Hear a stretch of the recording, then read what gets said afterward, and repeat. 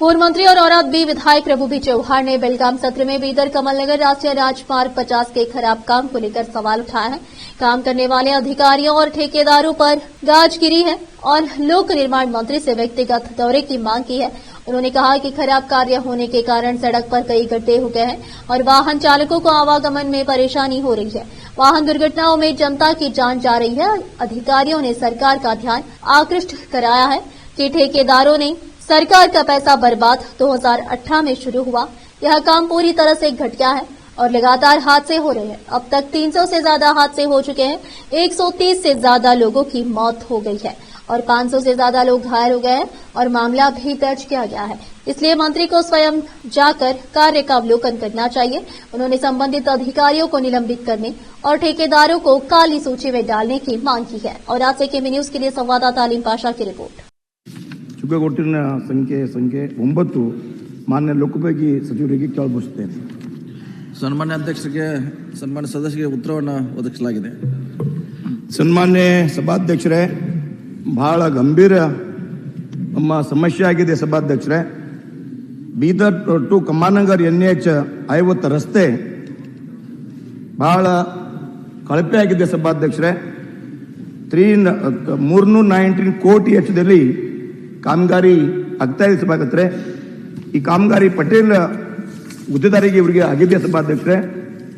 2017ರಲ್ಲಿ ಪ್ರಾರಂಭ ಆಗಿದೆ. ಈ ಕಾಮಗಾರಿ ಸಂಪೂರ್ಣ ಕಳಪೆ ಆಗಿದೆ. ಪದೇ ಪದೇ ನಮ್ದು ಆಕ್ಸಿಡೆಂಟ್ ಆಗ್ತದೆ ಸಭಾಧ್ಯಕ್ಷರೇ. ಅಧಿಕಾರಿ ಹಾಗೂ ಗುತ್ತಿಗೆದಾರ ಸೇರಿ ಕಳಪೆ ಕಾಮಗಾರಿ ಮಾಡಿದರೆ ಸಭಾಧ್ಯಕ್ಷರೇ. ಇಲ್ಲಿವರೆಗೆ 300ಕ್ಕಿಂತ ಹೆಚ್ಚು ಪ್ರಕರಣಗಳು ಆಗಿದೆ ಸಭಾಧ್ಯಕ್ಷರೇ. ಇದರಲ್ಲಿ 130ಕ್ಕಿಂತ ಡೆತ್ ಆಗಿದೆ ಸಭಾಧ್ಯಕ್ಷರೇ. ಈಗ ಏನಾಗಬೇಕು ಹೇಳಿ. ಡೆತ್ ಆಗಿದೆ. ಅದಕ್ಕಾಗಿ ಸುಮಾರು 500 ಹೆಚ್ಚು ಜನ ಗಾಯಗೊಂಡ್ರೆ ಸಭಾಧ್ಯಕ್ಷರೇ.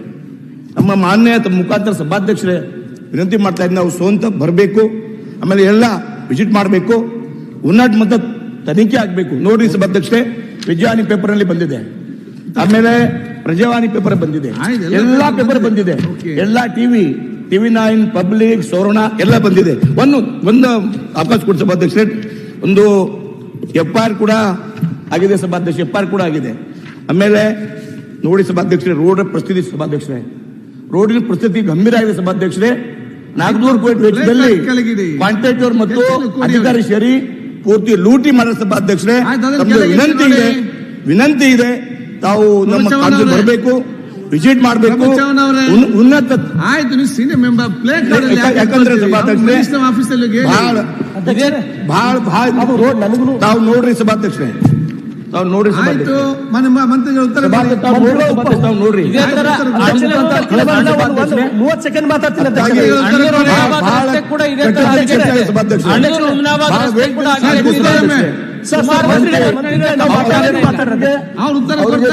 ಸೇರಿಸಬೇಕು, ಸೇರಿಸಬೇಕು. ನಮ್ ವಿನಂತಿ ಇದೆ ಸಭಾಧ್ಯಕ್ಷರೇ, ತಾವು ಬೀದರ್ ಬರಬೇಕು, ನೋಡಬೇಕು, ವಿಸಿಟ್ ಮಾಡಬೇಕು.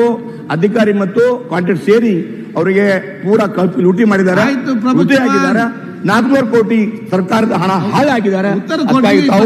ತಾವು ವಿಸಿಟ್ ಮಾಡಬೇಕು, ಅವ್ರು ಕಾಂಟ್ರಾಕ್ಟರ್ಗೆ ಸೇರಿಸಬೇಕು. ವಿನಂತಿ ಇದೆ ಅಧ್ಯಕ್ಷರೇ. ಸರ್ ಕುತ್ಕೊಳ್ಳಿ. ಅಲ್ಲ, ಅದೇ ಪ್ರಶ್ನೆ ಉತ್ತರ ಕೊಡ್ತಾರೆ. ಆಯ್ತು, ಅಲ್ಲ ಬೇಡ ಅಲ್ಲ, ಸೆಕೆಂಡ್ ಟೈಮ್ ಇಲ್ಲ, ಆಗುದಿಲ್ಲ. ನೀವು ಹೇಳಿ, ಉತ್ತರ ಹೇಳಿ.